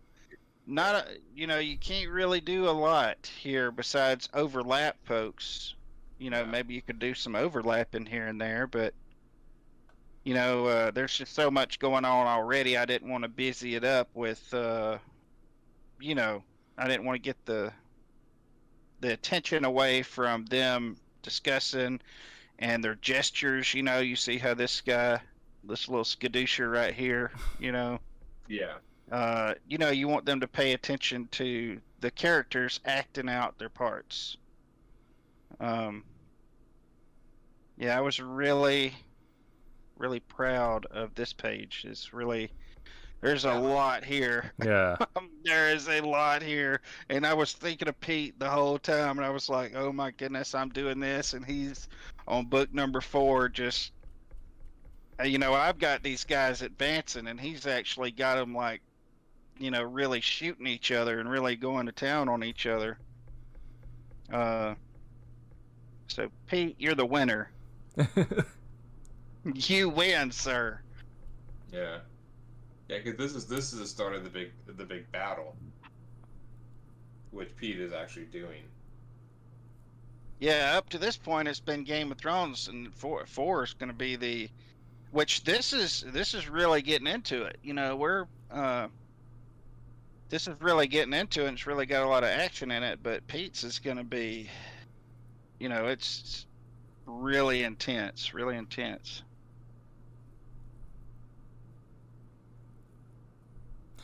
Yeah, I know. I almost feel like I can, if I'm attacking something that's a bit more unusual subject-wise, I get a bit more excited about it, so I write quicker than if it's hitting something that's just kind of by rote. But it definitely has to be done. I have to make sure to do my time to make sure it's done well. It isn't just quirky for the sake of being quirky. I tell you what else works good too is having a deadline of some sort. Oh yeah. Making sure that you have, like, even if it is you're doing something that's maybe a little loose on the deadline, make a deadline. Yeah. Yeah. Self-set deadlines are lifesavers. Yeah. Yeah. I mean, I feel like that's, the education system has its own flaws, but the discipline with, like, you have a deadline to get it in. What happens if I don't? Nothing. You just have to. But that mental programming, I feel like it does a lot to help, encourage that process of just getting things done and making sure that it's, and finding your tempo to get it done at that time is, part of the process, but having that deadline is the single best way to force yourself to learn how you need to pace yourself. Yeah, and the harder the deadline, I say, man, it's so good because sometimes you can really put out some super stuff. You wouldn't think so with a limited amount of time, but sometimes you really skip through a lot of the overthinking and rethinking and restructuring, and this has got to work just like it is. You spend your time doing the work that matters, not spending more time doing stuff that you because you get to polishing on stuff sometimes. I am like the world's worst. I get to polishing something, and if you've been watching the stream at all, you'll notice that these lines over here, I just couldn't get them the way I wanted them. So I kept on redoing them over and over and over. And finally, I just left them and started working over here. But during a deadline, those go down however they go down, and that's it. Yeah. Boom, moving on. What was that? Strangely enough, I've noticed that. Do you think that is a little bit of danger with digital art? Is it so easy to erase you do your lines? No, because I will tell you what's the bad thing about digital art is this right here. Zooming in. Yeah. See that right there? That right there will kill you, sir. That right there will keep you up at night. And then I zoom in on something. I'm like, why does all my stuff look like crap now? Just the parallax lines, yeah. There's people I know that they will use this little box. I don't know if you can see my cursor. Oh, yeah. This little navigator over here. They set it to a certain distance, and they will not change it. Yeah. And they draw everything just like that. And then after it's all done, they go out to, just like we used to do, putting the board on the floor because it's so big. You put the board on the floor and stand over it and look at it, or you go away and you come back and you look at it across the room just to make sure everything's posed right. Yeah. Was it Babs Tarr, the one who did Batgirl and Batwoman? I think it's her. She's talking about she has to do like when she actually gets her computers, she says that she doesn't care about anything else. She just needs to see what the anti-aliasing is because she needs her things to look straight. Otherwise, she's going to get lost in it. You'll notice too that I don't do a lot of anti-aliasing, and the reason I do that is it's kind of like something that I taught myself not to do. It looks better without it. I mean, with it, it's softer. But the reason I do this is because if I were to have to be the one to color this, it can help you out a lot because, like, when you pick your paint bucket, you can actually color stuff and it would butt right up against it. Yeah. Whereas if it was soft, it would have like a halo, around the lines. And I hate it when that happens. But doing it like this, with no anti-aliasing, it goes right up to the edge. Yeah. See? Just a little personal thing I do there. Yeah. I haven't colored my own stuff in a while though, so. You're using Clip Studio, right? Yep. From my experience, I work on Photoshop every day. I work on Illustrator all day, every day. And to me, this one has just the most superior inking engine. Oh, yeah. By far. I will color in Photoshop. All of my stuff is still done by hand. I'm still doing the old paper. In the YouTube chat, Roland pops in and says, "I think I like A Silverline Show on Tuesday for the title." And it's beginning to rub off on me too. Just A Silverline Show on Tuesday. What is it? What did he suggest? A Silverline Show on Tuesday, which has been our tentative name for the past couple of weeks. But yeah, I think I like it too. Yeah, we'd go with that. So I guess Roland wins the new car. Yeah. Roland, you get to buy yourself a new car. He gets a little Matchbox car. Yeah, exactly. He gets to pick it out this time. Yeah, he gets to pick out his own Hot Wheel. Yeah. Yeah. And all right, well, it is actually about 9:57 on the West Coast, which means we're coming up on the 2-hour mark. So we're going to begin wrapping up our show for tonight. We spent the first hour talking about our patriotic heroes, which includes all of our different flagged captains, all the way from America to Britain to Canuck, and all the fun ones in between, like Red Guardian, Omega Red, the such. He actually is going car shopping tomorrow, so there you go. It works out. There you go. Yeah. See? And this last bit, we've been talking about tempo, but we kind of talked a lot about a lot of creative processes in general, including approaches to choosing. I would like to say though, everything I said is what I do. Yes. You do what you do. You do whatever works for you. This, some people might be hearing this and be like, "Man, that is terrible." We're here to offer up guidelines. If you want to get an idea of what we do and you're just getting into it and like, oh, maybe I could start there, or just want to learn something new, or just see how we do it. But you're gonna find something that works for you. Everyone's gonna have different tempo and pacing. You might find that you meet your deadlines better with a few marathon sessions, or you may like it better with, like I do, where it's several smaller sessions stretched out over a longer period of time. Just I do the smaller sessions. That's the way I work. I will also say another plug for studio work or working with people is you you pick up stuff off of them Yeah. by being around them. Yes. So there's that. Yep. But of course, mileage may vary, void or prohibited. Yeah. Use at your own risk. And also, if you do anything that Quentin suggests, make sure you have parental supervision. Yes. Always important. Yes. And if any prolonged side effects do occur, please contact a medical professional. Yes. If you start doing digital and your eyes burn out of your head, or you start getting headaches or whatever, it's not our fault. No. And drink some water, down some ibuprofen, or read a book for a little bit. That's right. Yeah. So we're going to be calling it here for tonight. So again, I was Tim TK, your host for the Silverline Show on Tuesday.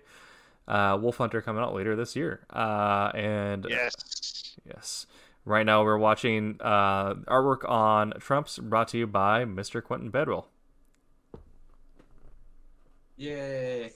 Yay. Yep. If you want to know where people can find you or what else I can look forward to. Well, we have titles coming that are to be announced. You can find me on Facebook, on DeviantArt, MySpace. I'm about to do something with TikTok. I did make an account. Yes. So expect some good videos there, some gyration going on.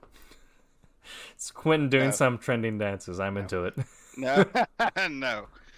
So anyway, but yeah, just all around the internet, mostly Quentin Bedwell on Facebook though. So yeah, I'll be looking forward to hearing from you, and I pass it on. All right. And we've had commentary and some great input from Aaron Humphrey as well. So why don't you tell us where people can find you? You can find me on the Facebooks, Humphrey's Illustration, HUMPHRES, my last name. Aaron Humphreys. I have my own personal. Well, I pretty much post the same thing. Some things a little different. Instagram, ALH3810 is my handle.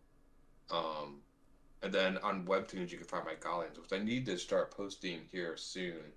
I'm like literally caught up to where I'm making new stuff, so hopefully there'll be stuff coming soon. Sweet. I think that's most of where you can find me. And then you can find me on Silverline. Yes. And you can find me on all the socials at TimTKWriter, on TikTok at TimDoesn'tTikTok, and on Twitch under the handle AgroBacon, where I stream Destiny and some model painting. And we are going to be ending our show here for tonight, but of course we will see you next Tuesday, where we will talk about some other things. And probably... Not sure. We're figuring that out. Yes. And until then, we hope you stop in for our Wednesday and Sunday shows. Oh, my OBS has crashed. Hopefully it is still broadcasting. If not, this could get weird.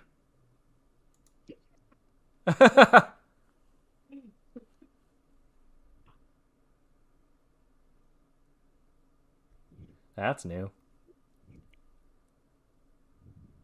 Well, if you are still here, If you're still listening.